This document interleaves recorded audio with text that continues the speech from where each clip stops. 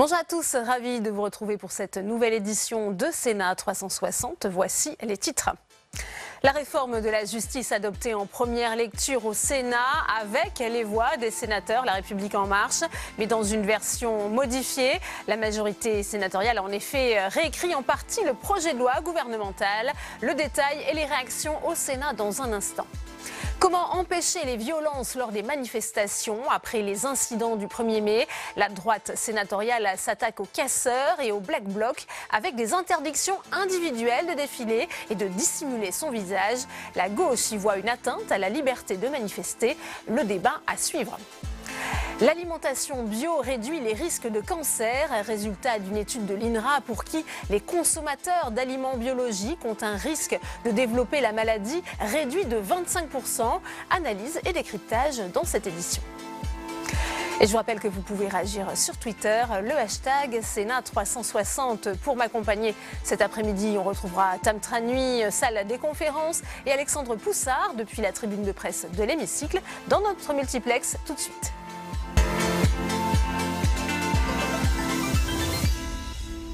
Et je vous le disais à l'instant, proclamation du résultat après le vote solennel sur le projet de loi de justice, de réforme de la justice. Le texte a été adopté à une large majorité. On retrouve d'ailleurs tout de suite Alexandre Poussard qui suit pour nous les débats depuis la tribune de presse de l'hémicycle. Bonjour Alexandre, c'est donc un large vote pour cette réforme de la justice. Et oui Delphine, une large majorité puisque 303 sénateurs ont voté pour cette réforme de la justice remaniée par le Sénat, 17 ont voté contre.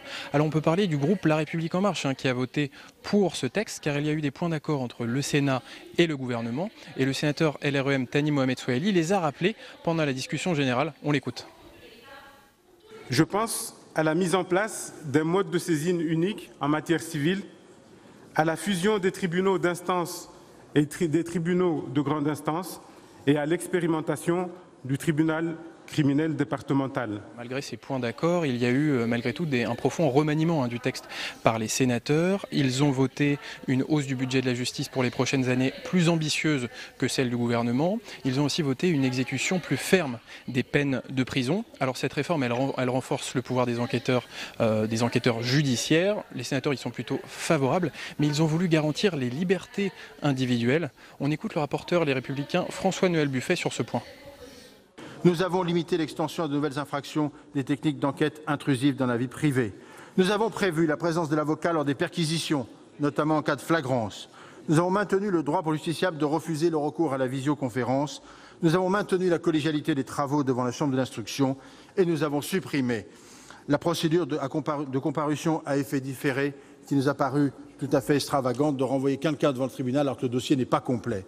À noter que tous les sénateurs, tous groupes confondus, ont salué l'ordre de lecture de ce texte puisqu'il a d'abord été examiné par le Sénat et donc les députés vont pouvoir travailler sur un texte enrichi par les sénateurs et faire bien fonctionner le bicamérisme. Merci Alexandre et on vous retrouvera tout au long de cette édition. Et je vous propose d'écouter la réaction de la garde des Sceaux, la ministre de la Justice Nicole Belloubet. Elle était au micro de Tam Tranui, c'était il y a quelques instants. Nicole Belloubet, quel bilan tirez-vous de l'examen en première lecture de cette réforme de la justice au Sénat? Je le précise, en première lecture, ce n'est pas forcément le plus fréquent depuis le début de la mandature. Eh bien, je suis satisfaite qu'au fond, nous partagions avec le Sénat une ambition pour réformer la justice. Il y a eu un vote favorable sur un texte qui, certes, n'est pas celui qui est porté par le gouvernement, puisqu'il a été beaucoup amendé par le Sénat, mais au fond, ce vote favorable traduit vraiment cette ambition de réforme pour la justice. Et malgré des points de désaccord, le groupe LREM a parlé, par exemple, du divorce ou encore de l'échelle des peines, eh bien, ce groupe de la majorité présidentielle a voté pour. Oui, encore une fois, nous avons clairement des points d'accord avec le Sénat, il faut le souligner. Par exemple, la création d'un tribunal criminel départemental, par exemple, également la numérisation, par exemple, la création d'un juge pour l'indemnisation des victimes du terrorisme. Je pourrais trouver d'autres exemples. Donc nous avons des points d'accord, nous avons également des points de désaccord qui ont été clairement dits, clairement actés, nous nous en sommes expliqués. Je pense ici à l'échelle des peines, dont je propose une nouvelle échelle des peines. Oui. Et puis le Sénat est sur une position assez différente à certains égards. Mais malgré tout, je crois, c'est ce qu'a d'ailleurs voulu dire je pense, le vote positif du groupe LREM, malgré tout, nous sommes sur cette dynamique de réforme et je crois que cela est essentiel. Que va-t-il rester des apports du Sénat? Est-ce que vous reconnaissez un certain nombre d'apports, de choses auxquelles vous n'aviez pas forcément pensé dans le projet de loi du gouvernement et qui devraient rester pour vous dans le texte final? Alors d'abord, je voudrais dire qu'il y a d'ores et déjà des points sur lesquels je me suis rangée à l'avis du Sénat. Par exemple, j'ai fait un pas vers le Sénat à propos de la collégialité d'un certain nombre de jugements, par exemple en appel, ou bien sur d'autres points sur lesquels je ne rentre pas ici dans le détail. Donc j'ai d'ores et déjà fait des pas vers le Sénat.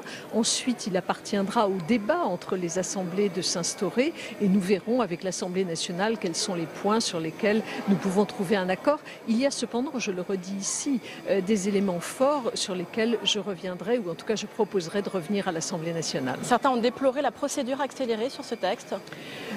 Je crois que ça n'interdit pas le débat.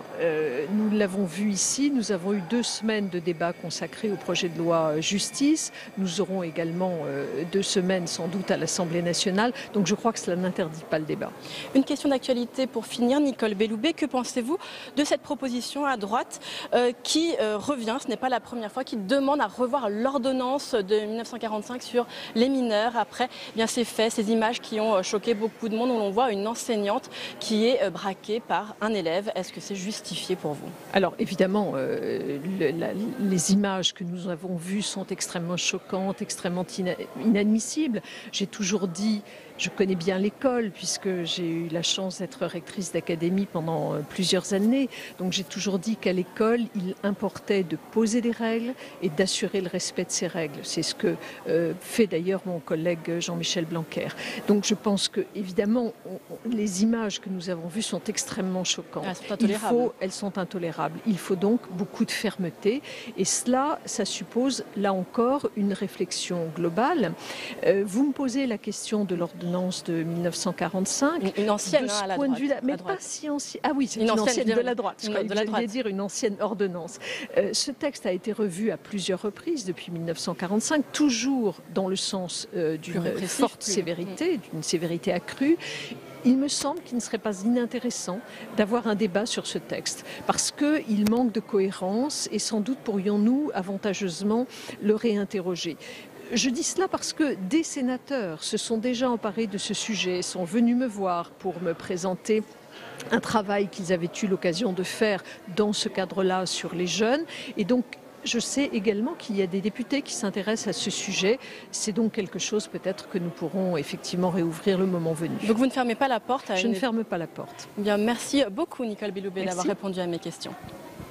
Merci à vous, Tam. Alors, je vous propose, avec Fabien Recquer, de revenir sur les modifications apportées par le Sénat. Vous avez entendu, notamment en ce qui concerne l'échelle des peines. Le gouvernement voulait simplifier le système et désengorger les tribunaux et les prisons. Projet fourre-tout, répond la droite sénatoriale, qui a fait subir à Nicole Belloubet de nombreux revers dans l'hémicycle. Comme sur l'échelle des peines, pour lutter contre la surpopulation carcérale, l'exécutif voulait supprimer les peines de moins d'1 mois ferme et favoriser les alternatives à la prison comme le bracelet électronique pour les peines de moins de 6 mois. Cessons l'hypocrisie qui consiste à prononcer des peines d'emprisonnement de moins de 1 mois et à ne pas les exécuter. Reconnaissons que les peines de moins de 1 mois ne servent à rien. Il faut trouver d'autres peines. Rejet des sénateurs, pour eux c'est aux magistrats de décider d'aménager ou non les peines courtes, pour lesquelles ils ont aussi supprimé le recours automatique au juge d'application des peines. Les peines d'emprisonnement d'une durée inférieure ou égale à 1 an devraient, par principe, être aménagées par la juridiction de jugement en prenant en compte la personnalité du condamné et sa situation matérielle. En matière civile, l'exécutif voulait accélérer la procédure de divorce en supprimant l'audience de conciliation qu'il juge inutile. Là aussi, refus des sénateurs. L'audience de conciliation est utile. Elle est utile parce que c'est souvent le premier moment où ceux qui sont en conflit peuvent se voir, éventuellement discuter. Je ne dis pas que la conciliation est certaine à coup sûr. Petite victoire pour la garde des Sceaux en revanche. Le Sénat a accepté l'expérimentation pour 3 ans des tribunaux criminels départementaux. Compétents en matière de viol, ils doivent permettre de désengorger les cours d'assises. Aujourd'hui, des crimes comme le viol, ne sont pas jugés en tant que crimes parce que les victimes ont parfois besoin d'un jugement plus rapide ou souhaitent un jugement plus rapide. Et donc, de ce fait, ces crimes sont correctionnalisés. Monsieur le rapporteur vient de vous le dire. Je ne suis pas favorable à quelque chose qui s'oppose à la vérité judiciaire. À contre-courant de la ligne sécuritaire des LR, la droite au Sénat s'est enfin posée en garante des libertés, par exemple en s'opposant à l'extension de certains pouvoirs d'enquête des procureurs. Et on continue les réactions au Sénat avec vous, train de nuit, après l'adoption de ce projet de loi de réforme de la justice. Vous êtes avec Nathalie Delattre, sénatrice RDSE de la Gironde. Elle avait attiré l'attention du gouvernement sur les alternatives à la construction de places de prison dans une tribune au journal Le Monde. Elle est à vos côtés.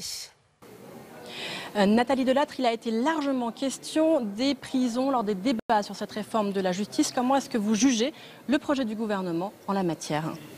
Bien, écoutez, moi je pense que c'est un faux débat. Je pense qu'effectivement, parler simplement de construction de places de prison est à la limite du populisme. Je pense qu'effectivement, nous rassurons une partie de la population sur le fait qu'il faut construire des prisons.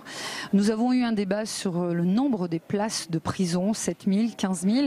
Oui. Moi je pense qu'aujourd'hui...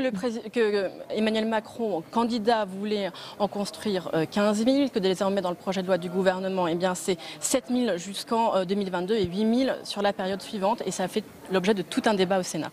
Oui, tout à fait, parce que effectivement, on s'aperçoit que ce sont des places, des constructions qui coûtent cher, qui mettent un certain temps. On l'a rappelé, il faut trouver les terrains, il faut faire les études nécessaires, etc.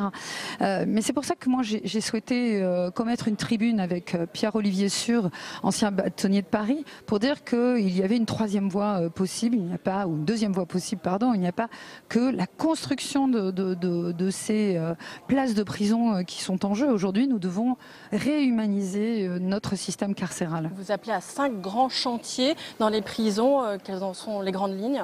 Mais écoutez, oui, parce qu'aujourd'hui, on voit que la prison ne répare plus. Nous avons un taux d'incarcération, de surpopulation carcérale de 142%. Parallèlement à cela, 61% de récidives. Donc on voit bien que la prison n'est plus là pour réparer, réinsérer. Et il faut, par rapport à ça, trouver effectivement des grandes lignes. Alors moi, je suis pour séparer le budget de la pénitentiaire et de la justice. Parce que l'on voit qu'effectivement, avec ces budgets très lourds de la pénitentiaire, nous ne donnons plus les moyens à la justice. Et pour la pénitentiaire, eh bien, il y a des moyens aujourd'hui de se lancer dans un grand plan de rénovation des places existantes. C'est une question de dignité, effectivement. Aujourd'hui, pour la France, qui est souvent condamnée parce qu'elle détient des détenus dans des conditions indignes. Aujourd'hui, nous avons quand même un suicide tous les 2 jours en prison, parce qu'il y a des gens qui sont nombreux, et notamment, tout à fait, notamment dans la population, des 28% de gens incarcérés et qui sont présumés innocents et qui vont passer quelques jours en prison, 1 mois, 2 mois, avant d'avoir leur procès et qui se retrouvent complètement déstabilisés dans cet univers très compliqué. Donc on s'aperçoit que par rapport à ces détenus qui sont présumés innocents, il y a certainement des astuces à trouver. On a les bracelets, mais leur place n'est pas forcément en prison. Oui, il faut mettre les terroristes, oui, il faut mettre les violeurs, oui, il faut mettre les présumés violeurs, oui, il faut mettre les gens qui ont commis des atteintes sexuelles sur les enfants, mais voilà, pour effectivement un dépassement de kilomètres/heure en conduite, est-ce que c'est nécessaire ? Eh bien, merci beaucoup Nathalie Delattre pour avoir répondu à mes questions. Merci à vous, Tam. Nous vous en parlions hier après l'agression filmée d'une professeure à Créteil visée par une arme alors qu'elle faisait l'appel. La parole des enseignants se libère, notamment à travers le hashtag #PasDeVague sur les réseaux sociaux. Les enseignants qui dénoncent les violences subies au quotidien et que leur hiérarchie leur demande parfois d'occulter. Voyez les réactions au Sénat avec Stéphane Amalian. Jean-Michel Blanquer dans la tourmente. Avec le hashtag #PasDeVague, des professeurs dénoncent sur Twitter l'absence de réaction de l'éducation nationale face au comportement de certains élèves. Ma collègue insultée de sale pute par un élève et qui demande une sanction auprès du principal. Réponse de ce dernier: oh, vous êtes susceptible. Il y a 8 ans, un élève m'a insulté en me menaçant du poing. Je suis sortie de la classe en tremblant voir la principale. Sa réponse: vous n'êtes pas assez autoritaire. Après avoir fermement condamné la scène dans le lycée de Créteil, Jean-Michel Blanquer a souhaité rappeler l'importance d'une mesure, l'interdiction des téléphones dans les établissements scolaires. À Créteil, on peut se demander si les faits n'ont pas été accomplis pour être filmés et diffusés. Une analyse loin d'être partagée par les sénateurs Les Républicains. Ils considèrent que le ministre est hors sujet. J'ai trouvé très surprenant la réaction de M. Blanquer qui dit qu'il faut interdire les portables à l'école. On voit un type en train de braquer un professeur et lui, sa réponse est sur les portables. Je pense qu'il y a une priorité. C'est de vérifier qu'il n'y a pas d'armes dans les écoles, surtout. Et puis ensuite d'arrêter les apprentis braqueurs rapidement. Ouais, c'est un peu faible. Je pense qu'il faut être beaucoup plus ferme que ce qui a été dit. Nous sommes dans une situation d'agression, d'agressivité qui sont absolument inadmissibles, pour ne pas dire inacceptables. Au sein du groupe La République En Marche, on défend le gouvernement qui a agi comme il le fallait. La réaction sur ce fait très grave intervenu dans l'éducation nationale a été à la hauteur du sujet. Condamnation évidemment immédiate, engagement des poursuites et puis au-delà, mise en place d'une réflexion d'un groupe de travail pour lutter contre les violences scolaires. Jean-Michel Blanquer et Christophe Castaner devraient mettre en place un comité stratégique dès la semaine prochaine. Et on voit tout de suite la réaction de la présidente de la Commission de la Culture et de l'Éducation au Sénat, la sénatrice centriste Catherine Morin-Desailly. Avec vous, Tam Tranui. Catherine Morin-Desailly, qu'est-ce que vous inspire ces images très violentes de ce lycéen qui braque avec une arme factice une enseignante dans un lycée de Créteil? La plus grande des consternations, je suis très choquée, d'autant que je suis moi-même enseignante à l'origine. Donc je ne m'imagine pas 30 secondes dans une telle situation. Ce que l'on voit en réalité, c'est ce rapport de domination de l'élève par rapport à l'enseignante qui est complètement démunie, voire tétanisée. Mais ce qui est plus grave encore, c'est que cette enseignante n'ait pas réagi.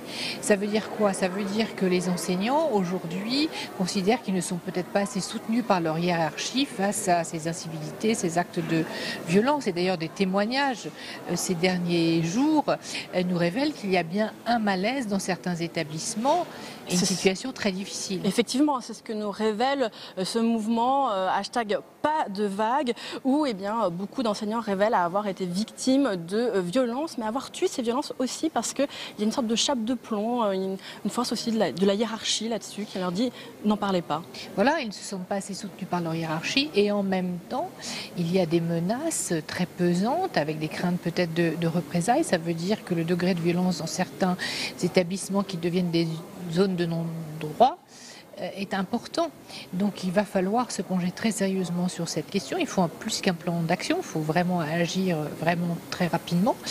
Je note que l'enquête Thalys de l'OCDE d'ailleurs a mis en exergue le fait que notre pays est de loin le pays où l'on constate le plus de temps de classes de perdus à cause des incivilités et des désordres, et particulièrement dans des zones qui cumulent les plus grandes difficultés.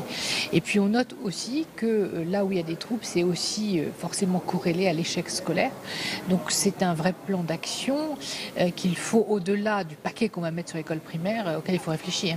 Est-ce que vous avez confiance dans le ministre de l'Éducation nationale, Jean-Michel Blanquer, qui a annoncé vouloir rétablir l'ordre et l'autorité dans les classes, dans les écoles? Oui, c'est un ministre qui connaît extrêmement bien le système de l'intérieur. Au demeurant, il faut cette fois vraiment un plan d'action. Pourquoi? Parce que nous l'avons révélé dans le cadre de nos travaux de commission. Je voudrais renvoyer à l'excellent rapport de mes collègues Max Brisson et Françoise Laborde sur le métier d'enseignant. Les enseignants se trouvent aujourd'hui face à beaucoup de difficultés dans leur métier, un métier dévalorisé qui n'est plus toujours reconnu à sa juste valeur, et on assiste à des crises de vocation. Donc le métier est difficile, face à ces incivilités, encore une fois ces actes de violence, on trouve des situations qui font que les enseignants n'ont plus forcément envie de s'engager dans cette voie. Vous l'avez dit, la Commission a déjà travaillé sur ce type de sujet.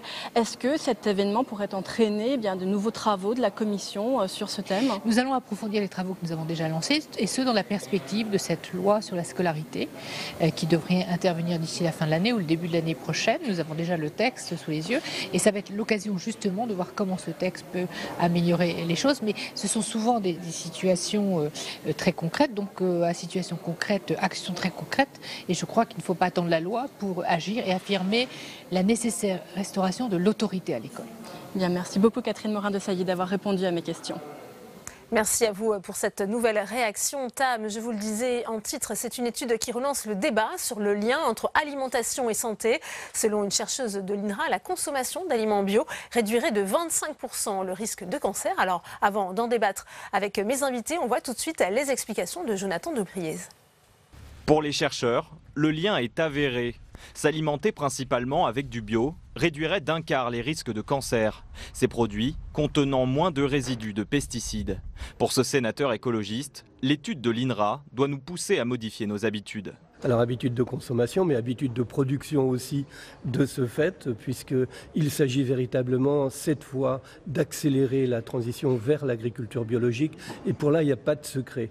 Il faut transférer les moyens, les soutiens vers l'agriculture biologique. Pendant 7 ans, les scientifiques ont croisé l'alimentation de 70 000 volontaires avec d'autres variables comme l'âge, le poids ou la situation tabagique. Mais la sénatrice Sophie Primas pointe un biais. L'étude repose sur les déclarations des personnes interrogées. On peut imaginer que ceux qui déclarent depuis 7 ans ne consommer que 100% du bio ont des biais, j'allais dire, sociaux, peut-être des classes supérieures, des gens qui font plus attention à leur alimentation, qui font plus d'exercice, qui font plus attention au rapport végétal-animal, etc. et qui peuvent là aussi interférer sur ces résultats. L'étude indépendante de l'INRA se heurte aux avis des agences réglementaires pour qui les résidus de pesticides dans l'alimentation ne présentent aucun risque pour la santé.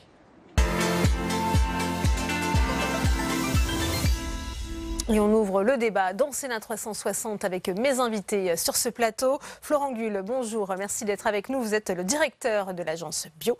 J'accueille également Étienne Gagneron, bonjour, merci d'être avec nous. Vous êtes vous-même agriculteur bio et vous êtes le vice-président de la FNSEA. Henri Cabanel est également avec nous, bonjour, sénateur socialiste de l'Hérault. Et puis Guillaume Chevrolier, merci d'être avec nous. Vous êtes sénateur LR de la Mayenne. Comment réagissez-vous, Henri Cabanel, à cette étude? Est-ce qu'il y a des biais qui pourraient la remettre en cause?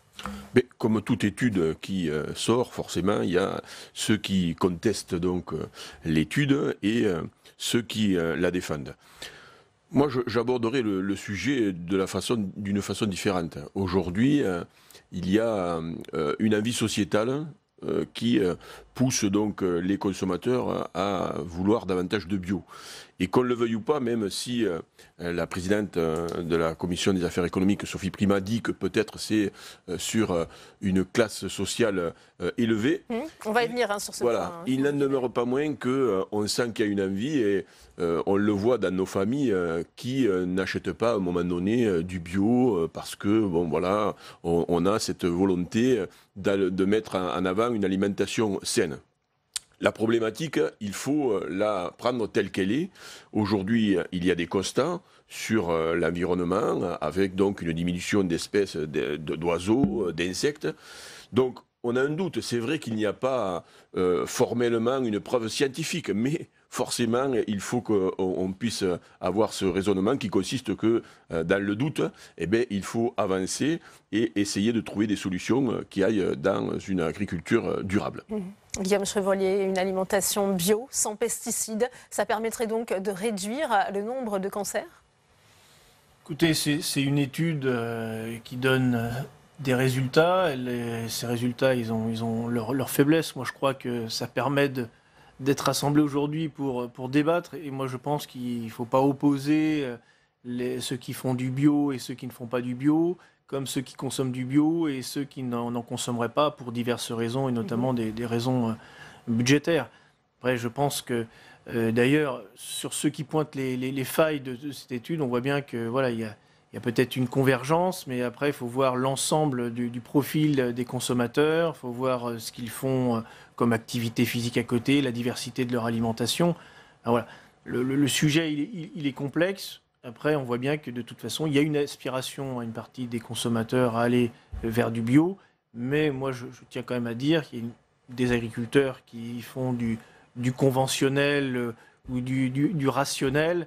Et ce sont également de bons produits. Je pense que, pas plus tard que la semaine dernière, moi, je faisais une présentation des produits de mon département au Sénat. J'ai eu à cœur d'associer, naturellement, des producteurs classiques, l'agriculture conventionnelle et des producteurs bio. Voilà, je pense que c'est comme ça qu'il faut aborder les choses. Oui, Florent Gull, comment réagissez-vous à cette étude? Est-ce que ça vient conforter aussi justement la dynamique qu'on peut observer, à la fois cette envie sociétale, mais aussi peut-être avec des conséquences sur la santé des Français? Oui, parce que finalement, on y voit deux choses. D'une part, le fait de conforter ce qu'on entend depuis longtemps dans des enquêtes consommateurs. En France en particulier, la motivation première des Français pour consommer du bio, c'est les questions de santé, mais viennent très vite après les questions d'environnement et les questions de qualité des produits. Et d'autre part, oui, on a un écart significatif. On ne va pas discuter de la méthode de l'étude, puisque tout ce qui a été dit contre arguments pouvant dire c'est pas suffisant, etc., de dire il y a le reste du comportement des consommateurs qui font plus de sport, qui fument moins, etc. Ça a été pris en compte par les chercheurs qui ont fait cette étude. Ils l'ont déjà retiré. Donc on se retrouve après avec un écart qui est significatif. Donc oui, on a une étude qui vient conforter, comme celle qui était sortie depuis 2-3 ans maintenant. C'est récent, puisqu'effectivement, comme on le disait, il y avait peu de recul finalement sur la consommation de produits bio. Ça y est, maintenant on a ces études-là, il faut qu'on travaille avec ça. Étienne Gagneron, vous êtes surpris par les résultats de cette étude ou au contraire ça vient conforter ce qu'on disait justement, l'impact que peut avoir la consommation d'alimentation bio sur la santé? Alors pas du tout surpris. Alors juste pour refaire un peu d'histoire, il y avait l'étude Bionutrinet menée par l'INSERM, donc avec la cohorte qui a été réutilisée par l'INRA pour affiner l'étude, qui là est intéressante puisque dans la première étude Nutrinet, elle avait été un peu décriée parce qu'il y avait énormément de biais, c'est-à-dire que la manière de faire de l'éducation, les classes aisées, la manière de s'alimenter était quand même très axée là-dessus. Il y avait un véritable biais. Là, aujourd'hui, une partie des biais ont disparu, une partie simplement. Moi, je considère que c'est plutôt une nouvelle intéressante, dans la mesure où le préalable qui a été évoqué tout à l'heure, c'est qu'il ne faut pas opposer les agricultures. Moi, je suis passé en bio il y a 22 ans parce que je voulais arrêter d'utiliser des produits phytosanitaires. C'est très clair. Par contre, à partir de ce moment-là, s'est ouvert un champ de complexité technique énorme. C'est-à-dire que, voilà, sans aucun recours à aucun produit, je suis confronté en permanence à des adventices, des maladies, des choses qu'il faut résoudre avec très peu de moyens, voire aucun. Donc c'est une étude qui va dans le bon sens puisqu'elle conforte un certain nombre d'éléments qu'on appréciait comme ça, mais dont on n'avait pas suffisamment Parce qu'on rappelle, Étienne Gagneron, que les cancers du sein, ce sont les cancers qui sont surreprésentés chez les agriculteurs exposés aux pesticides et la consommation d'aliments bio permettrait justement une diminution de 76% de ces cancers, de ces lymphomes. Alors moi, je ne connais pas exactement... Ce sont les chiffres de l'INRA. Sur ces chiffres très précis de fréquence des cancers chez les agriculteurs, je sais que de manière générale, à part les lymphomes, où il y en a beaucoup plus en agriculture parce qu'il y a des gens qui sont plus exposés directement, parce qu'il y a aussi le facteur soleil et tout. De manière globale, la population des agriculteurs est un peu moins exposée que l'ensemble de la population française, parce que globalement ils fument moins, ils ont une vie un peu plus équilibrée, ils font plus d'exercice. Après, sur certains aspects, il y a sûrement un impact. Henri Cabanel, c'est vrai que cette étude intervient dans un contexte particulier, en plein débat sur les pesticides, sur l'interdiction du glyphosate avec le nouveau ministre de l'Agriculture, votre ancien collègue sénateur Didier Guillaume. Encore ce matin, il a rappelé que ce n'était pas si simple de trouver des alternatives au glyphosate et de sortir des pesticides. Je pense qu'on ne pourra pas faire autrement que d'aller vers la sortie des pesticides. Mais il faudra un petit peu de temps et surtout au niveau donc des agriculteurs, on ne le fera pas sans eux. Donc il faut les accompagner vers ce système-là avec certainement des moyens de formation plus adaptés. Parce que, comme le dit monsieur, il est agriculteur, mais si j'y pose la question, est-ce que vous reviendrez en arrière? Est-ce que vous reviendriez sur une agriculture conventionnelle? Non. Bon, donc ça veut dire que nous devons faire ce constat qui est ce qu'il est, je le dis, au niveau des espèces, au niveau des pesticides, et le doute sur les perturbateurs endocriniens, sur les effets que cela peut apporter. Et donc, on doit se pencher effectivement vers une autre agriculture, mais en accompagnant les agriculteurs. Donc, il faut effectivement leur laisser quand même le temps. Il y a des agricultures où effectivement on peut se passer facilement de pesticides et d'insecticides. Bon, moi, je suis viticulteur. Je défends l'INRA à travers les recherches qu'elle fait sur les cépages résistants. Ça veut dire zéro pesticide, zéro résidu dans le vin. Mais mais il faut laisser le temps au temps. Un vignoble, ça ne se change pas comme ça. Est-ce que cette question de la rémanence des résidus de pesticides dans les sols Aussi. Mais bon, on est quand même sur des taux de résidus qui sont acceptés par les organismes de contrôle. Donc, mais je pense qu'il faut tendre vers ça. Et en tout cas... Et cette étude pourrait justement remettre en cause voilà, ces taux, si on n'y va pas, la société nous y amènera. Parce qu'aujourd'hui, le législateur, déjà, dans la loi Egalim, a mis en place donc 20% de bio sur les cantines scolaires. Et on va aller vers ça. par le Sénat, réintroduit à l'Assemblée nationale. Donc, je pense qu'on doit se préparer. Effectivement, il ne faut pas opposer les agricultures conventionnelles et bio, mais il faut quand même comprendre qu'aujourd'hui, avec les constats qui sont faits, dans le doute qui est le nôtre, on doit amener les agriculteurs à aller vers là. Guillaume Chevrollier, il y a urgence à agir contre ces pesticides, puisque cette étude, je le disais, c'est la première fois qu'on met en lien finalement, en rapport le lien entre alimentation et risque de cancer. Je pense que chacun a une préoccupation environnementale, il y a les préoccupations liées aussi au changement climatique, donc on est dans une phase de transition, et nous, notre responsabilité, c'est d'accompagner les acteurs dans cette phase, et d'accompagner les agriculteurs.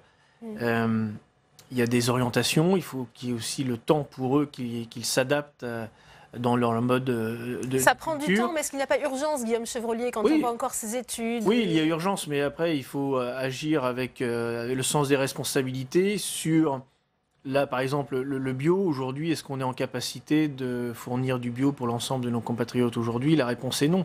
S'il s'agit d'être dans l'urgence et de dire on passe tout au bio et de facto, ça ne permettrait pas à nos agriculteurs de fournir en bio les consommateurs français.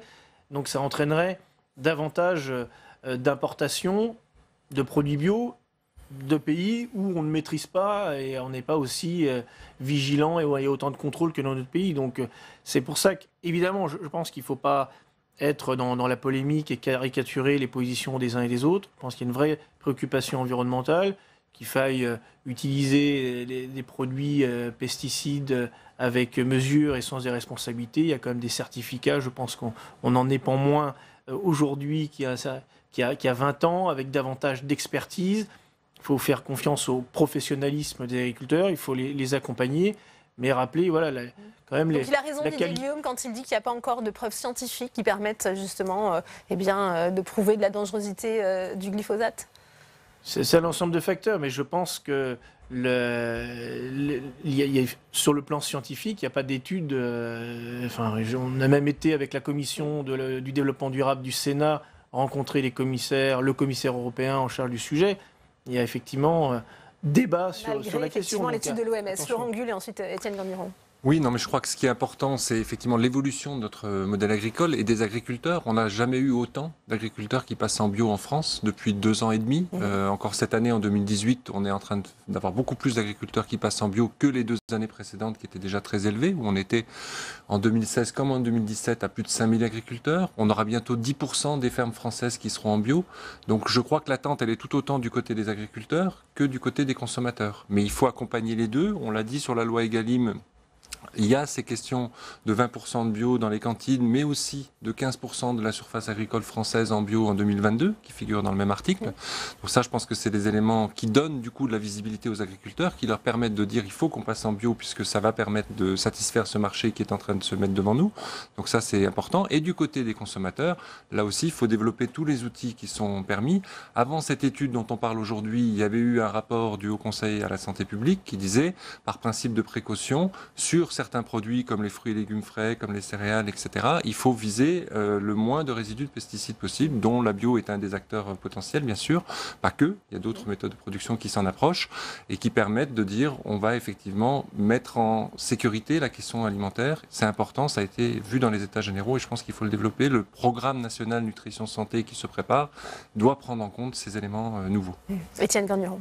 Alors l'objectif de l'ensemble des agriculteurs de France, c'est qu'il y ait de moins de résidus possible et de fournir une alimentation la meilleure possible pour les consommateurs. Et le bio y participe grandement. Simplement, il faut insister sur ce qui a déjà été évoqué, c'est-à-dire la progressivité et l'accompagnement. Florent parle de 10% à terme, et je pense qu'on va le réaliser parce que tous les jours, moi, je rencontre des agriculteurs qui veulent passer au bio, donc c'est important. Mais il faut quand même qu'à un moment donné où cette demande sociétale est soi-disant si forte que les consommateurs acceptent de payer le véritable prix des produits alimentaires. Ça fait quand même 40 ans dans ce pays qu'on achète à bas prix. Et le bas prix, ça ne va pas avec de l'alimentation de qualité. Donc c'est un vrai sujet. Et puis par ailleurs, je rappelle quand même qu'en termes d'accompagnement des agriculteurs qui passent en bio ou ceux qui y sont déjà, les pouvoirs publics ne respectent pas leurs engagements. Aujourd'hui, il y a des agriculteurs bio qui attendent la fin de leurs aides de 2016. C'est-à-dire qu'il y a des dossiers 2015 qui viennent d'être soldés en 2018 et il y a encore des aides 2016 qui ne sont pas versées alors qu'on va bientôt être en 2019. Donc à un moment donné, il y a cette espèce de flou artistique. Tout le monde dit qu'il faut aller vers le bio. Au niveau technique, l'accompagnement est quand même, je pense, malheureusement très en retard, puisqu'on aurait pu anticiper. Je pense que la France s'est complètement trompée de paradigme en pendant 20 ans tapant sur les nitrates à tout prix. C'était il y a 20 ans qu'il fallait démarrer sur les alternatives aux phytos. On a pris beaucoup de retard dans ce pays et on demande aux agriculteurs tout seuls de rattraper le temps perdu. Je crois qu'il faut que chacun prenne sa part. On va écouter la position du ministre de l'écologie, François de Rugy, et je vous ferai réagir après. La politique du gouvernement français sur les pesticides, elle est claire. Notre objectif, c'est de réduire l'utilisation des pesticides dans l'agriculture. De réduire drastiquement, puisque c'est de réduire de moitié les pesticides dans l'agriculture. C'est aussi de sortir du glyphosate en 3 ans. Nous nous en donnons les moyens, ce n'est pas facile. Le ministère de l'Agriculture et le ministère de l'Écologie travaillent ensemble et je travaillerai avec le nouveau ministre de l'Agriculture pour discuter avec, bien sûr, les représentants des agriculteurs, mais aussi parfois l'industrie agroalimentaire, mais aussi les distributeurs. Nous voulons travailler avec tout le monde pour réduire l'utilisation de ces produits pesticides, glyphosate et autres qui présentent potentiellement des dangers pour la santé. Voilà, François de Rugy qui était hier à un colloque organisé au Sénat, Henri Cabanel. Il n'y a pas de vision différente selon vous entre Didier Guillaume et François de Rugy pour sortir justement de l'utilisation du glyphosate dans les 3 ans? Alors si, je pense qu'il y a une différence de point de vue. Parce que là, on vient d'entendre M. de Rugy. Mais bon, derrière, quand on a une ambition politique, il faut s'en donner les moyens. Bon, je rappelle que ce gouvernement a supprimé les aides au maintien en bio. Hein, donc déjà, un moyen. Mais je crois que, bon, au-delà du glyphosate, des pesticides, je pense qu'il faut changer de paradigme. Aujourd'hui, il faut associer les citoyens et les consommateurs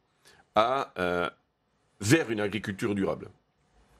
Et qu'on change de vision. Et quand je dis changer de vision, ça veut dire qu'il faut peut-être passer sur les PSE, paiements pour services environnementaux, qui permettraient à la fois à l'agriculteur d'avoir des revenus supplémentaires sur un cadre bien précis, que l'on construirait ensemble, mais aussi faire prendre conscience aux citoyens et aux consommateurs que grâce à ça, ils auraient une alimentation de qualité, mais ils auraient un service au niveau environnemental à travers la dépollution, la biodiversité, etc.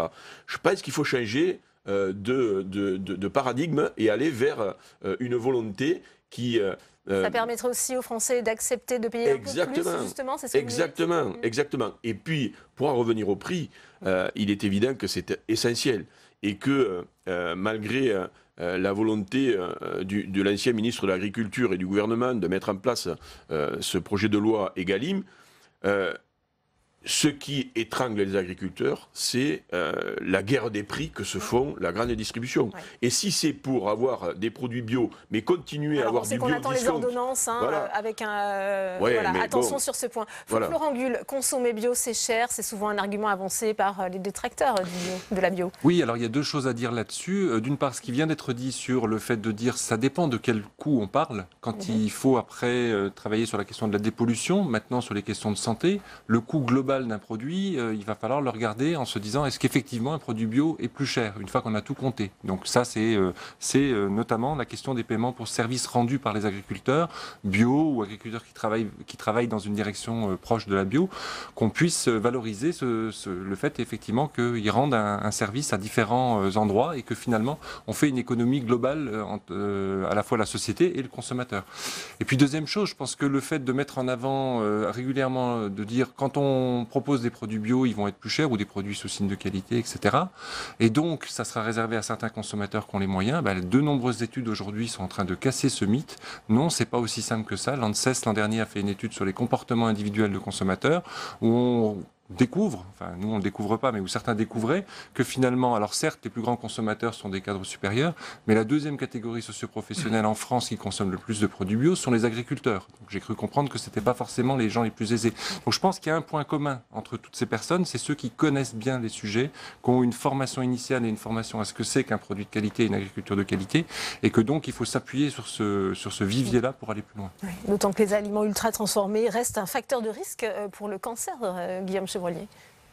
Oui, c'est pour ça qu'il faut vraiment mobiliser tous les acteurs pour une agriculture de qualité, des produits de qualité, et puis éduquer aussi nos compatriotes pour une alimentation équilibrée, diversifiée, avec des fruits, des légumes, de la viande, du poisson. Enfin voilà, c'est tout un projet de société. Il ne s'agit pas de stigmatiser tel ou tel produit et de jouer sur les peurs, parce que les agriculteurs aujourd'hui, encore une fois, c'est une profession qui a su s'adapter, ils vont s'adapter encore, mais ils ne veulent pas être stigmatisés par le reste de la société.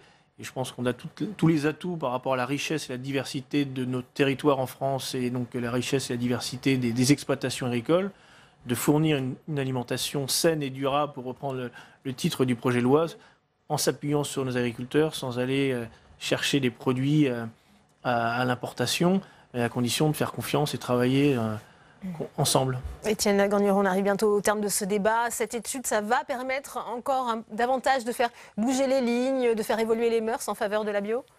Oui, je pense que l'étude est intéressante.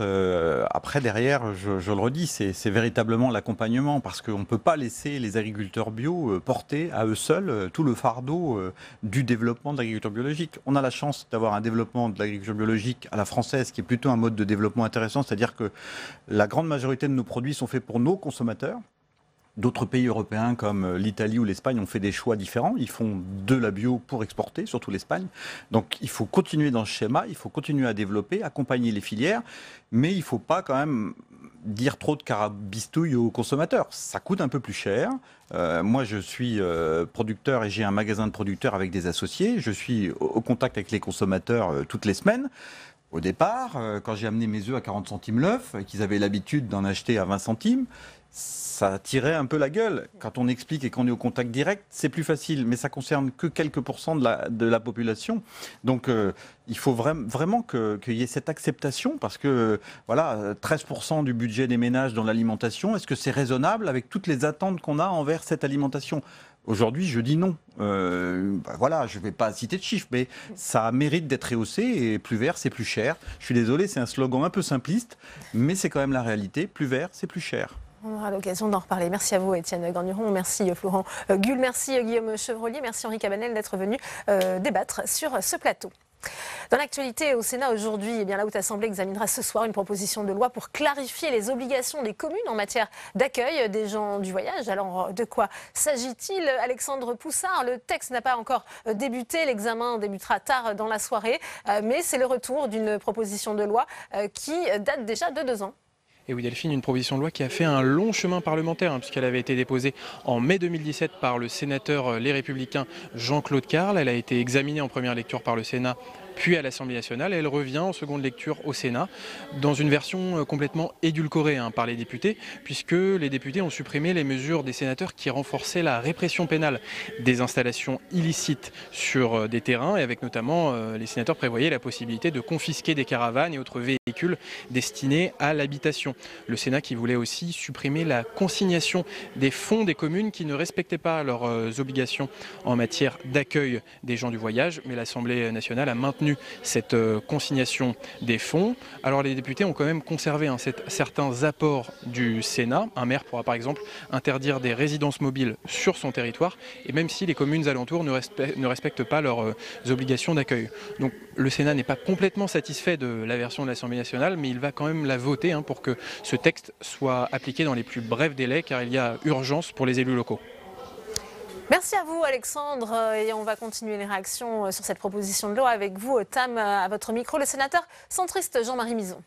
Oui, Jean-Marie Mison, quel regard portez-vous sur cette proposition de loi sur l'accueil des gens du voyage qui revient donc au Sénat en seconde lecture et dans une version un petit peu édulcorée par l'Assemblée nationale? Oui, effectivement, c'est une version dans laquelle l'Assemblée nationale a totalement dévitalisé la proposition qui avait été adoptée par le Sénat. Je le regrette, néanmoins, le peu qui a été gardé va dans le bon sens et vraisemblablement nous le soutiendrons. Oui, je précise que le Sénat voulait être plus souple avec l'obligation d'accueil des collectivités et voulait être en revanche plus sévère avec les gens du voyage qui ne respectent pas un certain nombre d'obligations. Oui, le Sénat avait une vision plus globale de la problématique parce que ceux qui portent cette proposition de loi et ceux qui la soutiennent sont confrontés à cette difficulté. C'est vrai qu'elle n'est pas vécue de la même manière. Pour les élus locaux, c'est ça que vous voulez dire. Selon qu'on est concerné ou pas, selon qu'on a des gens du voyage tout près de son jardin ou pas. La difficulté n'est pas vécue de la même manière. Et le Sénat avait une approche globale qui n'a pas été soutenue par l'Assemblée nationale, qui n'a gardé que quelques éléments. Mais je répète, ces éléments vont dans le bon sens. Alors il y a urgence, vous le dites, à ce que ce texte puisse s'appliquer. Vous allez donc le voter malgré toutes ces imperfections.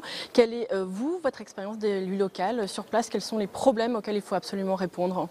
Il faut donner plus de moyens aux maires, plus de moyens pour faire évacuer les terrains lorsqu'ils sont occupés de manière illicite. La population ne comprend pas que des gens puissent s'installer sur des terrains de sport, sur des sites classés, et sans qu'il y ait de réaction. Vous savez, la différence qu'il y a entre les décideurs parisiens et les élus locaux, c'est que les élus locaux sont à une portée de gifle des habitants, et ça fait vite comprendre les problèmes. Est-ce que cette problématique n'avait pas déjà été traitée par le projet de loi égalité et citoyenneté? Certains jugent que cette proposition de loi est en trop et que c'est déjà un sujet qui a été réglé d'un point de vue législatif. Ils ont le droit de le croire et de le penser, mais sur le terrain, en tout cas, les gens n'ont pas senti d'amélioration. Je reconnais aussi que la loi est diversement mise en œuvre selon les territoires et que pour ce qui concerne le territoire duquel je suis issu, celui de la Moselle, on ne vérifie pas cela. Mais je reconnais aussi que les élus doivent aussi aller jusqu'au bout de leurs devoirs et faire partout où c'est le cas, lorsque le schéma départemental est prévu, des zones aménagées. Et ce n'est pas toujours le cas, effectivement. Si on regarde les chiffres au niveau national, peu de communes respectent leurs obligations. 30% des communes de plus de 5000 habitants ne le font pas. Oui, c'est vrai, mais la situation n'est pas homogène sur le territoire national. Il y a des territoires qui remplissent leurs obligations, mais il y a aussi des territoires qui, faute de moyens, n'arrivent pas à les remplir. Je rappelle aussi que l'aide de l'État en direction des zones, des aires d'accueil, des aires permanentes d'accueil, a fortement baissé. Qu'en quelques années, elle est passée de 48 ou 50 millions d'euros à seulement 5 millions d'euros. Bien, merci beaucoup Jean-Marie Mison d'avoir répondu à mes questions. Vous voterez donc ce texte, même si pour vous, il est très imparfait, mais il va dans le bon sens. Tout à fait. Merci à vous, Tam, pour cette réaction. Et nous sommes retournés à Carrières-sous-Poissy, dans les Yvelines. L'an dernier, le maire faisait face au stationnement illégal de 200 caravanes en bordure d'une départementale. Depuis, le terrain a été évacué, mais les difficultés demeurent pour l'élu. C'est un reportage de Fabien Riquer. C'était il y a un an. Christophe Delrieux, le maire de Carrières-sous-Poissy, déplorait la présence illégale de 200 caravanes sur une zone naturelle dans sa commune. Donc ils se branchent sauvagement à l'électricité. Là, ils sont connectés de manière illégale sur une entreprise. Un an plus tard, les caravanes ont disparu. Les occupants ont été expulsés et le terrain a été nettoyé. On voit encore ici les traces de l'ensemble de ces stationnements qui malheureusement ont abîmé cette zone. Ces blocs de béton barrent désormais l'accès au terrain. Mais Christophe Delrieux n'en a pas fini avec la communauté des voyageurs. 500 mètres plus loin, le long de la départementale, un autre campement. Si Carrières-sous-Poissy possède une aire d'accueil, elle est trop petite pour accueillir tout le monde. En attendant, 200 familles stationnent sur la commune avec les mêmes branchements sauvages. On est obligé de rester sur Poissy-Carrières parce que j'ai mes enfants qui ont leurs enfants à l'école. Donc on ne peut pas s'en aller comme ça, on ne peut pas leur faire louper de l'école. Des familles qui déplorent pourtant leurs conditions de vie sur ce terrain. Pour faire un autre terrain des gens du voyage, ce serait vraiment bien. Ce serait vraiment bien, même pour la place, même pour les enfants. Au moins il y a de l'hygiène. Mais pour le maire, les gens du voyage ont un double discours. Car si le terrain est dans cet état, ce serait à cause de leurs activités, comme le ravalement ou l'élagage. On voit bien qu'on est sur du déblaiement de chantier qui n'a rien à faire dans un espace paysager et qui devrait se retrouver en déchetterie. Les familles, quant à elles, nient être à l'origine de ces déchets. En attendant, Christophe Delrieux se sent laissé devant le fait accompli. Si vous regardez la commune de Carrières-sous-Poissy, on a à peu près 3 à 4 terrains comme ça qui, au fil du temps, se sont ouverts parce qu'il n'y a aucune force de l'ordre et aucune force étatique capable de lutter contre cette force physique qui vient s'imposer ici. De l'autre côté de la route, voici le terrain où la communauté urbaine prévoit la construction d'une aire goudronnée de 3 hectares. Pour l'heure, les négociations avec les propriétaires butent sur le prix d'acquisition des terres. Aucune caravane ne devrait stationner ici avant 2020. Et Loïc Hervé, sénateur centriste de la Haute-Savoie, est notre invité. Le face-à-face, c'est tout de suite.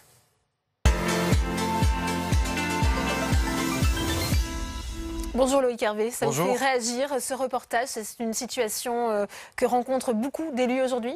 Oui, ça me fait réagir parce que c'est la situation que beaucoup de maires connaissent.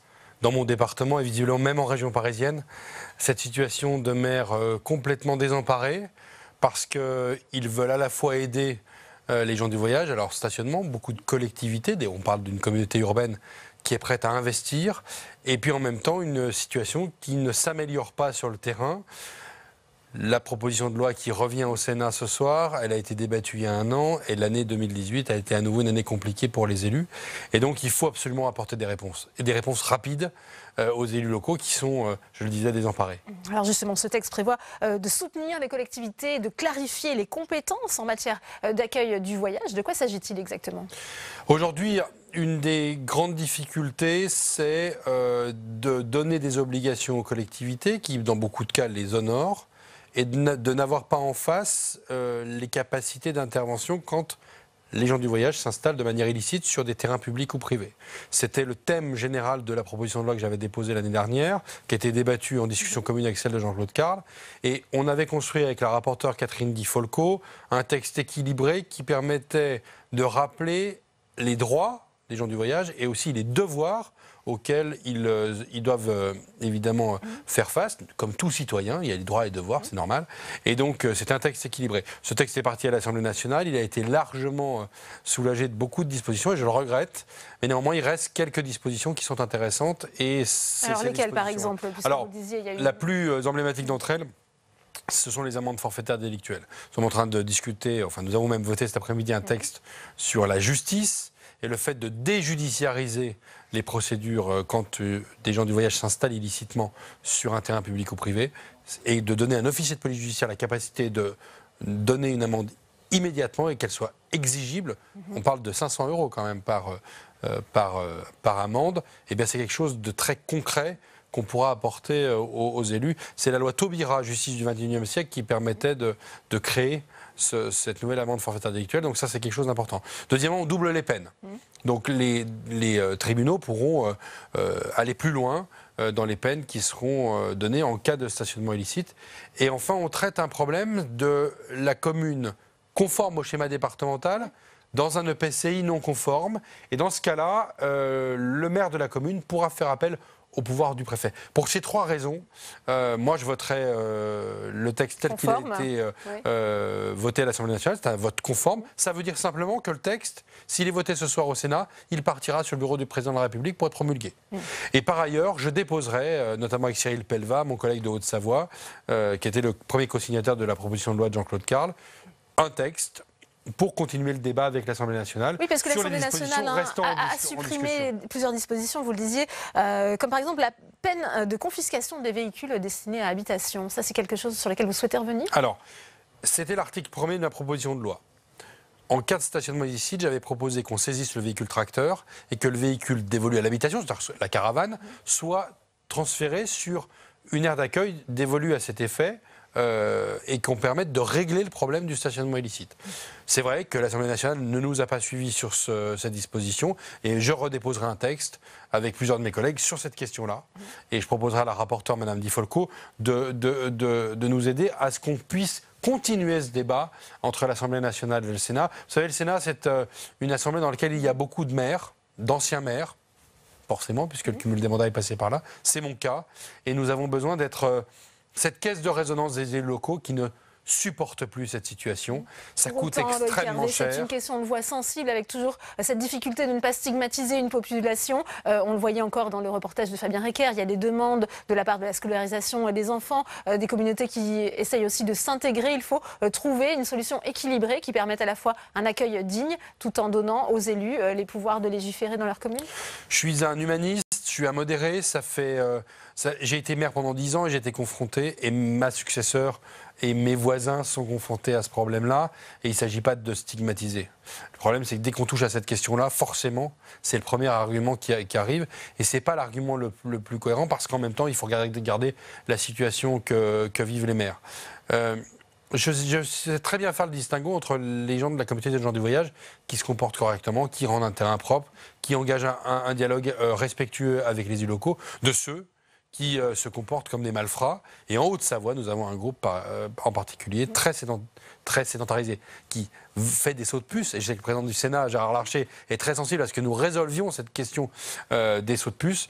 Ce groupe-là, aujourd'hui, il ennuie les habitants, les entreprises, les agriculteurs et les élus locaux du périmètre du Genevois français et du Chablais. Et dans ce secteur-là, ce groupe-là, il faut que nous arrivions à donner des outils nouveaux aux élus, et la proposition de loi telle qu'elle revient permettra de répondre en partie à cela.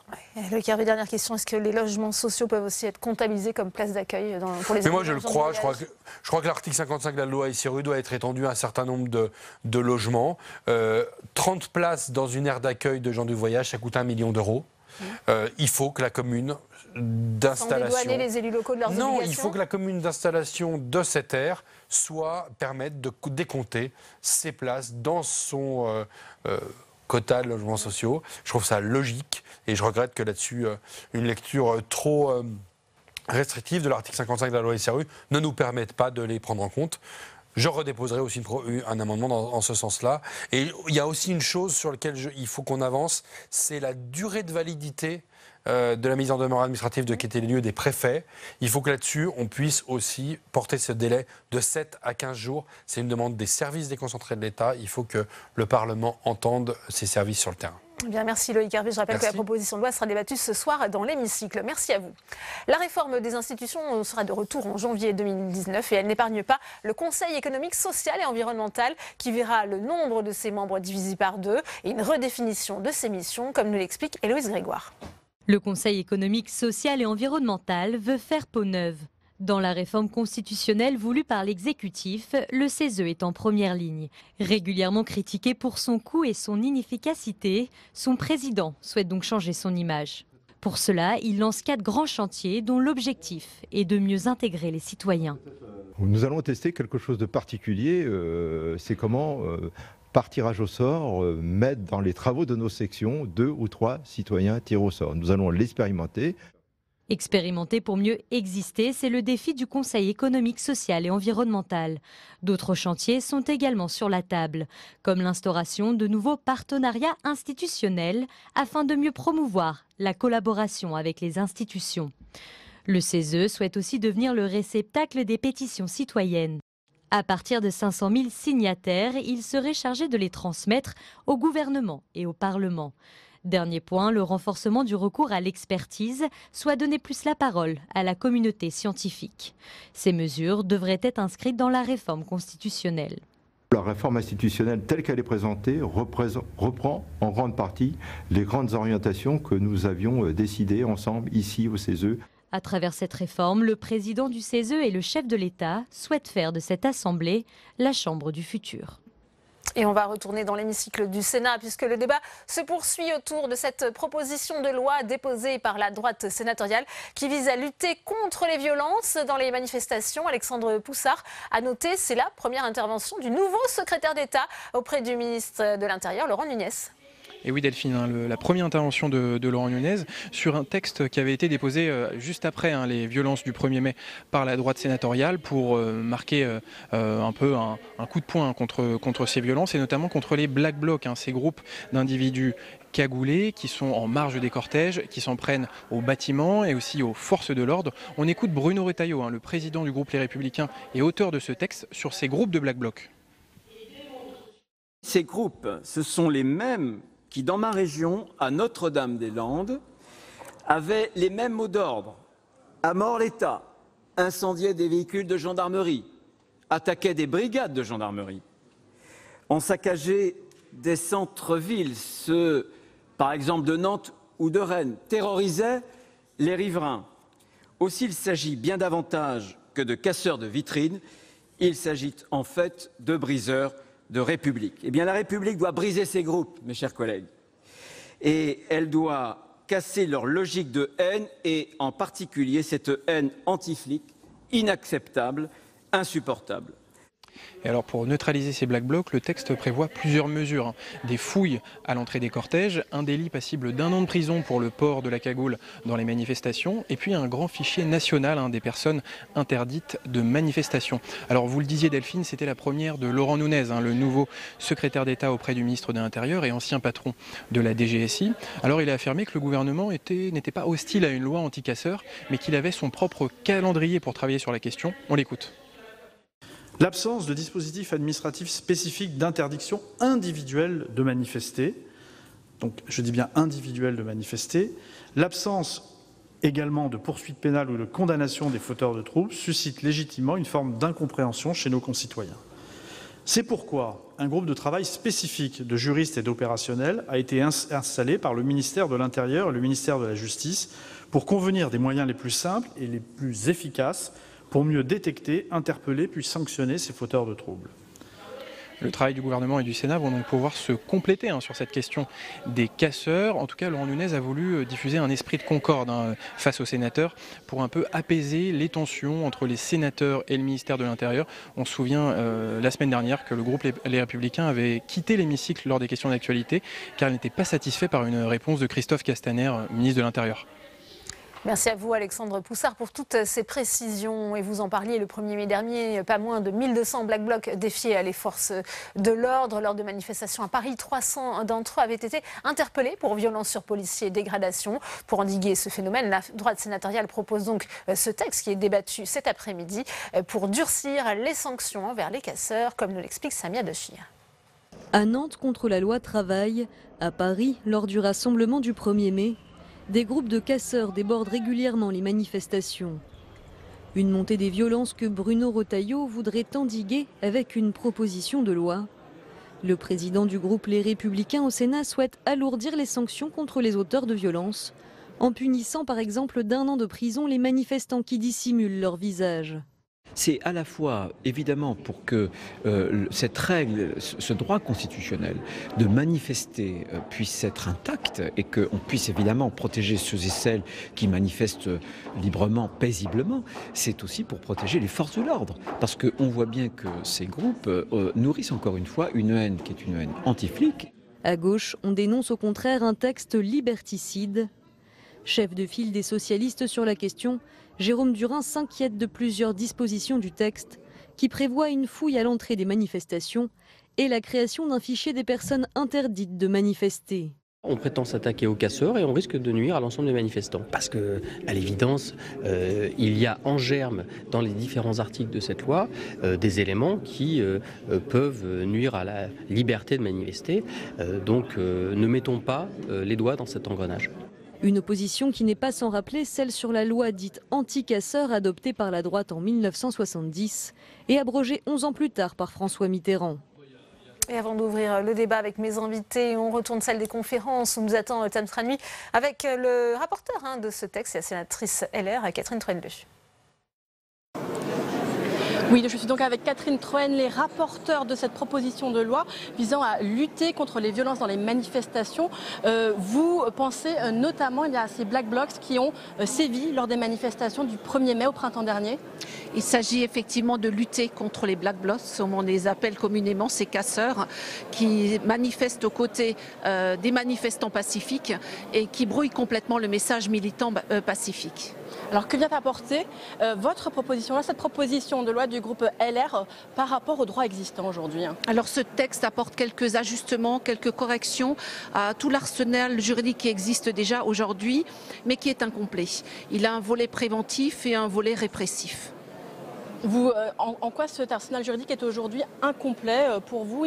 Il ne permet pas de lutter suffisamment contre ces casseurs? C'est-à-dire qu'aujourd'hui, nous souhaitons intervenir très en amont de la tenue de la manifestation et par le volet notamment préventif, par exemple par des possibilités de fouille des effets personnels des passants. Mais là, j'entends bien que la personne doit accepter cette fouille. Si elle ne l'accepte pas, elle ne peut pas participer à la manifestation. Ce n'est pas tellement intrusif que cela. Il y a d'autres préventifs aussi. C'est l'interdiction administrative d'assister à une manifestation s'il y a un risque manifeste, réel, particulièrement grave pour l'ordre public. Je me rappelle par exemple de la loi travail. Il y avait déjà eu par exemple des fouilles lorsqu'il y avait eu des craintes de violence lors de ces manifestations. Est-ce que cela n'était pas déjà permis par le droit actuel? Non, pas dans le contexte actuel, puisque là, nous sommes toujours dans un contexte de périmètre bien défini, ce que nous n'avions pas jusqu'à présent. Là, c'est le préfet qui va définir le périmètre. Mais les fouilles existent depuis bien longtemps déjà, ces possibilités à l'entrée des grands magasins, on fait ouvrir les sacs, enfin c'est quelque chose qui se fait communément, mais qui n'avait pas encore trouvé sa place dans le cadre d'une manifestation. S'agit-il aussi d'un texte politique, un marqueur de la droite? On se rappelle qu'il y a eu une loi anti-casseurs qui a existé et qui avait été abolie comme un marqueur de la droite par François Mitterrand en 1981 lorsqu'il était devenu président de la République. Je crois qu'on ne peut pas vraiment parler de marqueur politique. Bien évidemment, c'est le président Bruno Retailleau qui a pris l'initiative de cette proposition de loi. Nous sommes assez à l'aise sur ce texte-là, sur les dispositifs, mais néanmoins, je rappelle quand même que le Sénat s'érige en défenseur des droits individuels, enfin des libertés individuelles, et c'est dans ce contexte que le texte a été quand même modifié de façon substantielle sur certains articles. Oui, parce que ce que vous dites d'ailleurs dans l'exposé des motifs, c'est qu'il s'agit aussi de préserver la liberté de manifester pour ceux qui justement sont plus que gênés par l'intervention de ces casseurs. J'ai mis au cœur de mes préoccupations justement la préservation de cette liberté de manifester, liberté d'aller et venir pour tout un chacun, à condition qu'il ne présente pas une menace pour les autres. Alors que répondez-vous à la gauche? Justement, elle dénonce dans ce texte une atteinte à la liberté de manifester. Elle se trompe? J'ai envie de dire que oui, elle se trompe et je vais l'expliquer très très clairement dans l'exposé des différents motifs, dans mon intervention, mais également dans les réponses que je vais apporter aux différents amendements qui ont été posés sur ce texte. J'avais à cœur, vraiment à cœur, de respecter le principe fondamental de la liberté, enfin des libertés individuelles, la liberté de manifester aussi. Et j'ai également pris soin de ne pas introduire dans ce texte des dispositifs qui pourraient être anticonstitutionnels. Bien, merci beaucoup Catherine Troendle d'avoir répondu à mes questions. Merci à vous.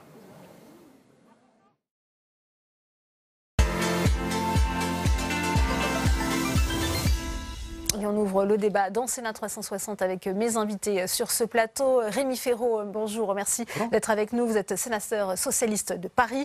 J'accueille également François Grosdidier, merci d'avoir accepté notre invitation. Sénateur LR de la Moselle. Céline Verzelletti est également sur ce plateau. Bonsoir, bienvenue à vous. Secrétaire confédéral de la CGT. Vincent Delahaye est également sur ce plateau. Bonsoir, sénateur centriste de l'Essonne. Et Stanislas Godon, bonsoir. Vous êtes secrétaire national du syndicat Alliance Police Nationale. François François Grosdidier, on a vu cette proposition de loi déposée très rapidement par Bruno Retailleau au lendemain des incidents qui avaient émaillé les manifestations du 1er mai.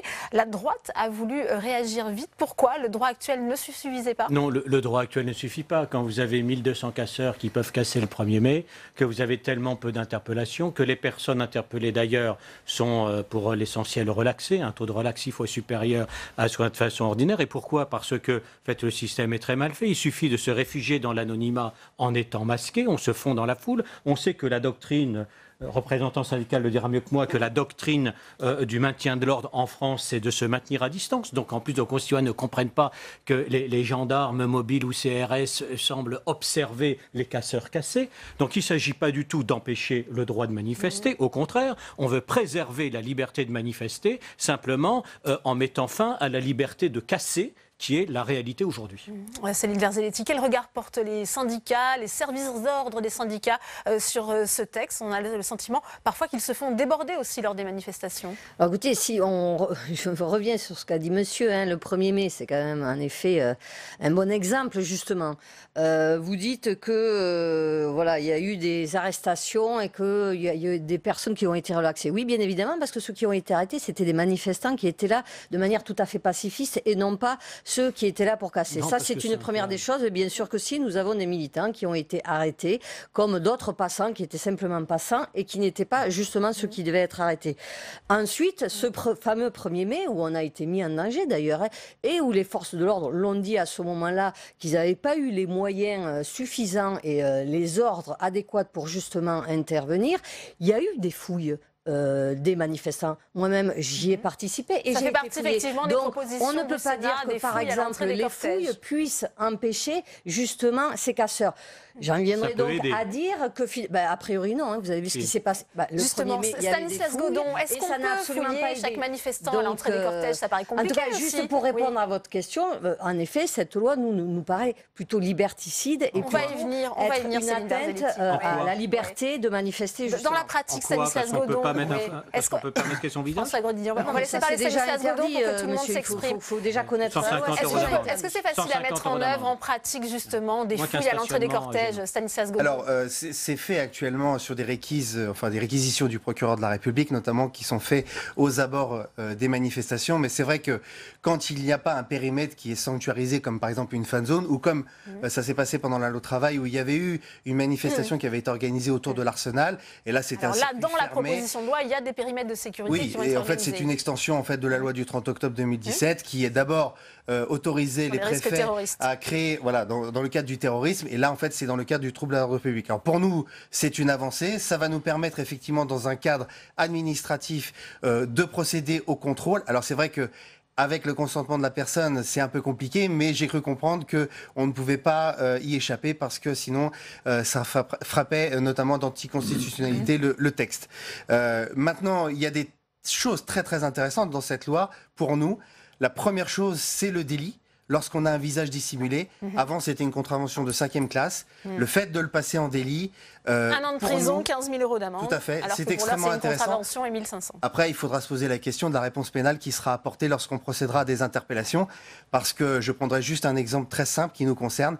Les outrages envers les agents de la force publique, je n'ai pas souvenir d'avoir des personnes condamnées à 1 an de prison. Donc j'espère que la chaîne pénale sera extrêmement sévère et que ceux qui décideront d'infiltrer vos cortèges avec des visages dissimulés, et d'ailleurs on en fait appel aussi à vos services d'ordre, pour nous dire, vous êtes en relation permanente avec notamment les brigades d'information de voie publique, pour nous dire, lorsqu'il y a des personnes à visage dissimulé qui infiltrent les cortèges. Rémi Féraud, on l'a entendu, la gauche dit pas d'indulgence vis-à-vis des casseurs, bien sûr, mais attention, ce texte pourrait être liberticide. Aucune indulgence vis-à-vis des casseurs.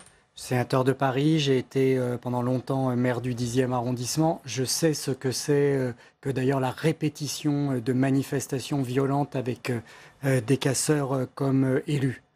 Ceci dit, on a tendance trop, depuis quelques années, à chaque fois qu'il y a un problème, à vouloir le régler par une loi nouvelle faite vite, trop vite, une forme de surenchère. Et donc, en ces matières qui sont extrêmement sensibles, parce qu'il s'agit en effet de liberté publique, de la liberté constitutionnelle de manifester, de la place du juge par rapport à l'administration dans les interdictions qui peuvent être faites, de la responsabilité collective ou individuelle. C'est vrai que cette loi ressemble beaucoup à la loi anti-casseurs. Elle ne nous paraît pas offrir les garanties de liberté individuelle suffisantes. Et par ailleurs, si on doit légiférer en la matière, il faut le faire avec beaucoup de précautions, après y avoir bien réfléchi, écouter les différents acteurs, que ce soit d'ailleurs les représentants des forces de l'ordre. À l'évidence, il faut faire évoluer la doctrine de maintien de l'ordre, et je crois qu'au moins à Paris, la préfecture de police en a conscience. Il faut aussi travailler avec les organisations syndicales.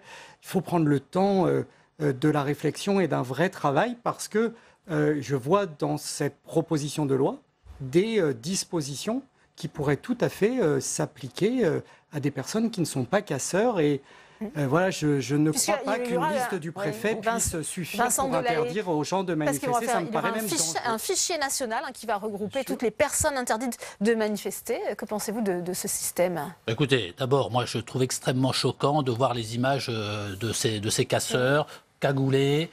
Ça a choqué beaucoup de Français. On a un sentiment de laxisme parce qu'effectivement, il y a une doctrine d'intervention qui fait qu'on laisse un petit peu faire.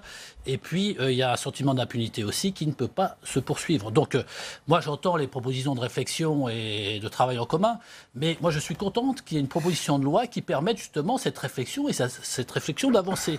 Et si on peut avancer rapidement, ça serait bien. Parce que les propositions de la gauche sur le sujet, on ne les a jamais entendues. Donc, il y a un moment donné où c'est bien de réfléchir, il y a un moment donné où c'est bien de proposer aussi. Donc, qu'il y ait certainement des choses à revoir parce qu'un texte n'est jamais parfait, mais en tout cas, j'ai l'impression que le texte qui est proposé là est une avancée et qui va dans le sens de protéger et de préserver la liberté de manifester et en même temps de supprimer la liberté de casser. Donc moi, j'y suis plutôt favorable, sachant qu'on peut aussi modifier un certain nombre de choses. Le fichier, je pense que c'est pas mal parce que il faut quand même pouvoir repérer les individus. On parlait tout à l'heure de militants. On parlait de militants tout à l'heure. Il y a déjà beaucoup de fichiers. Vous savez, on est dans un monde de fichiers. Pas sur les casseurs. Pas sur les casseurs. Il y en a sur les hooligans, il n'y en a pas sur les casseurs en manifestation. On est dans un monde de fichiers. Alors à ce moment-là, il faut revenir en arrière. Vous mettez des délits. Non, mais attendez. Didier, c'est vrai que les fichiers, c'est quand même difficile à accepter par la population. Non, mais attendez. Il s'agit de fichiers qui ? Il s'agit de ficher des gens qui ont déjà commis des actes de délinquance et de dégradation. Il ne s'agit pas de ficher un militant syndical. Au contraire, ils seront protégés. Je ne comprends pas votre opposition à des dispositions législatives qui proposeront d'abord, qui vont avoir pour effet de garantir justement le bon ordre de bonne manifestation, qu'elle soit syndicale ou qu'elle soit environnementale, ce qui n'est pas le cas aujourd'hui.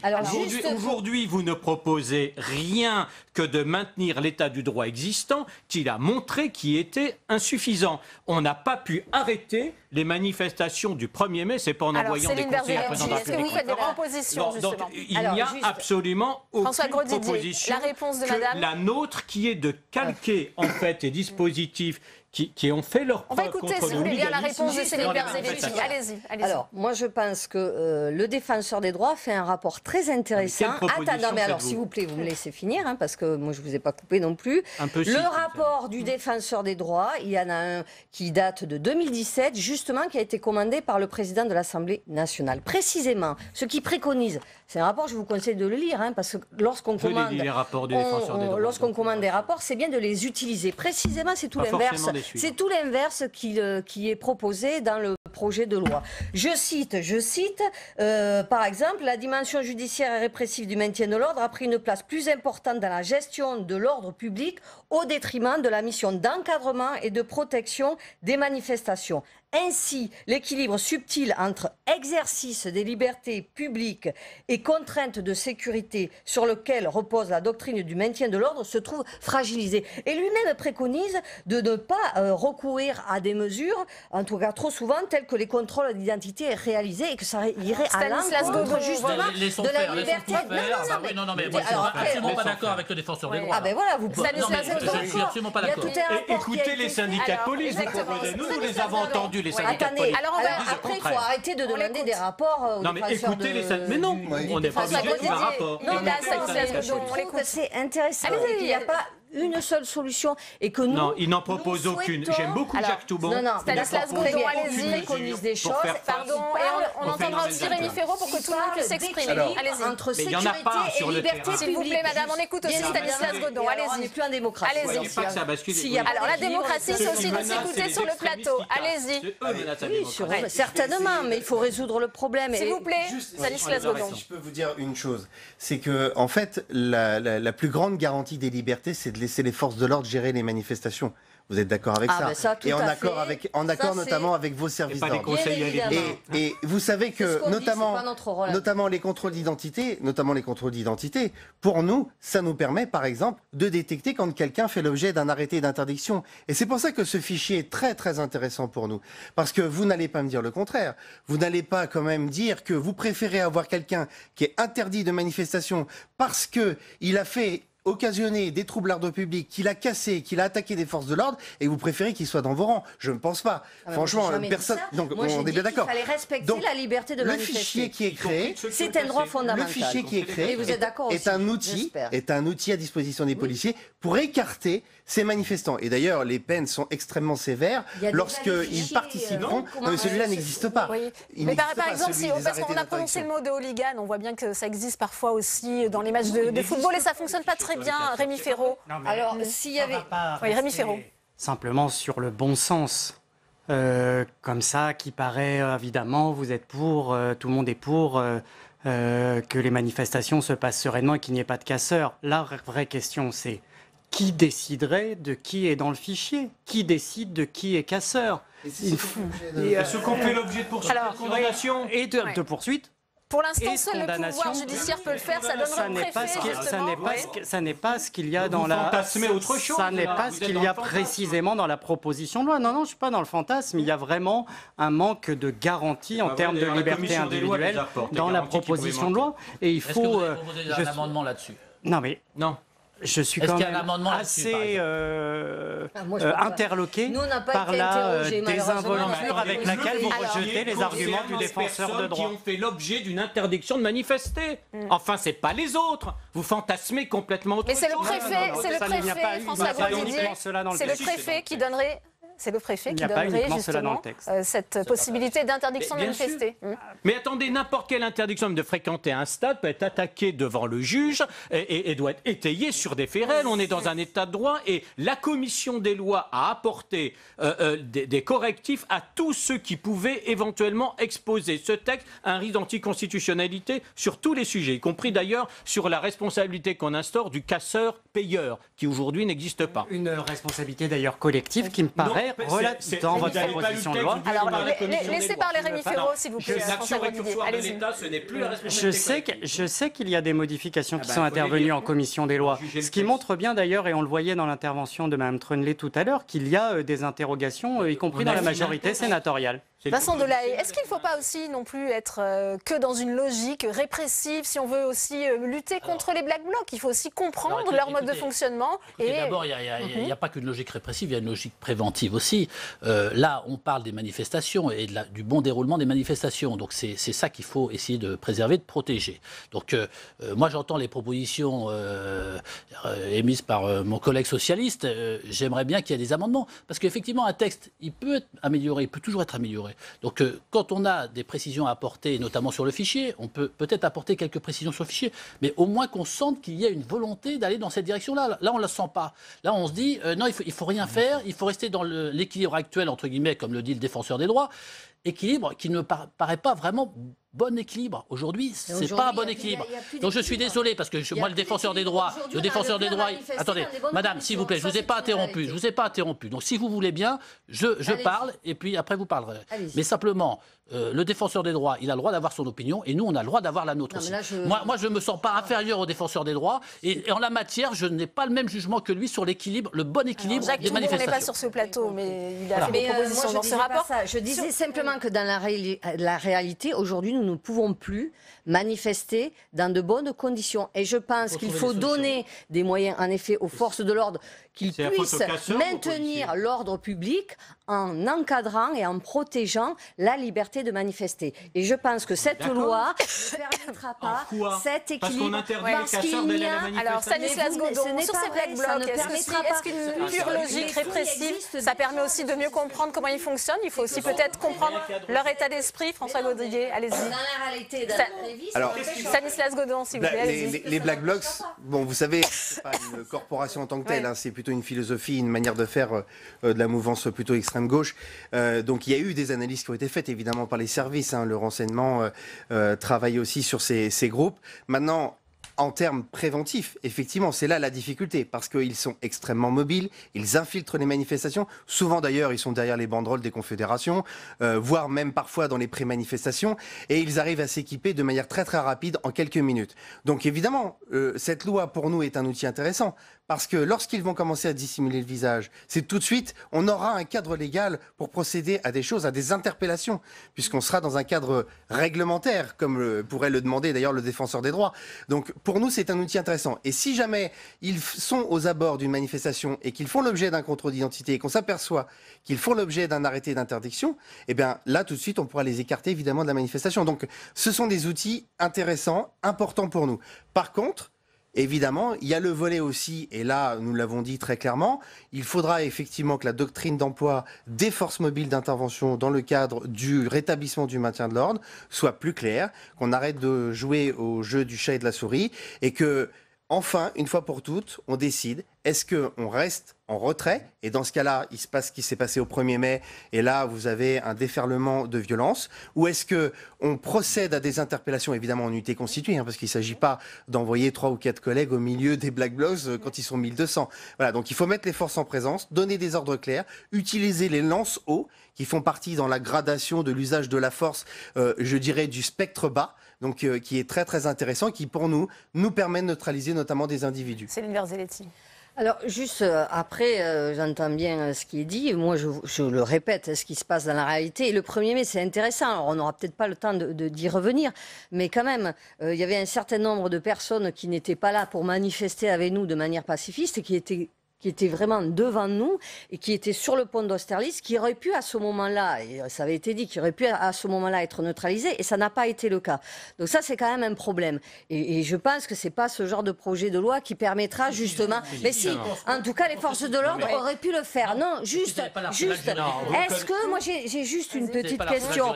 Est-ce que par exemple, en tant que force de l'ordre, vous êtes d'accord, et nous, ça nous inquiète un petit peu que ça soit aussi des entreprises privées qui puissent, avec ce projet de loi, c'est prévu dans ce projet de loi que ça soit aussi des agents privés qui puissent nous pas la version fouiller. corrigée par la commission. C'est plus le cas. François Grosdidier, oui, la privatisation ça sera le mot de la fin.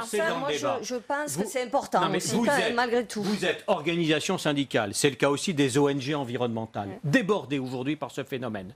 Aujourd'hui, débordées, il n'y a pas que le 1er mai, il y a les manifestations. Allez-y, sinon vous n'aurez pas le temps de développer, François Grosdier. Ces images montrent que vous êtes débordés. Et c'est normal. C'est normal parce que il y a ce phénomène. C'est aussi au rôle des policiers d'intervenir, François Grosdier. Mais avant, attendez, vous êtes organisateur de manifestations, à un moment, les organisateurs sont débordés. Bon, alors ensuite, non, sinon c'est que vous l'assumez. Si vous l'assumez pas, et c'est normal, c'est que vous... François Grosdier, on arrive au terme de ce... Si on peut développer un raisonnement... Allez-y, puisqu'on est au terme de ce débat. Eh bien, aujourd'hui, la situation n'est pas satisfaisante. On a aussi une doctrine d'emploi des forces mobiles qui doit évoluer. Parce que jusqu'à présent, quand on avait affaire à des manifestants comme traditionnellement la CGT, il y avait quelques débordements, mais on savait qu'en se tenant à distance, on n'allait pas au contact, on maîtrisait les événements. Aujourd'hui, quand on reste à distance, on laisse, c'est ce qu'on a vu, des casseurs cassés devant les yeux des forces de l'ordre. Je vous interromps parce qu'on a une minute pour conclure. On a entendu la position du gouvernement cet après-midi. On doit faire évoluer l'intervention des forces de l'ordre, même au sein de la manif, et on a besoin de faire évoluer la loi pour faire évoluer la position du gouvernement sur ce texte. On a entendu Laurent Nunez tout à l'heure. Il parle de groupe de travail. Le gouvernement, pour l'instant, ne soutient pas forcément cette proposition de loi. C'est regrettable parce que... Il peut peut-être venir à la soutenir. En tout cas, il n'a pas montré une fermeture par rapport au texte, ni au sujet d'ailleurs, et il sait qu'il faut que la doctrine évolue. Donc effectivement, il y aura des groupes de travail. Le texte a cet avantage-là de faire avancer le débat et de faire prendre conscience qu'il faut absolument qu'il y ait des dispositions qui soient prises à court terme pour ne pas reproduire ce type d'événement. Bien, merci à tous les 5 d'avoir participé à ce débat. C'est la fin de cette édition. Merci à vous de l'avoir suivi.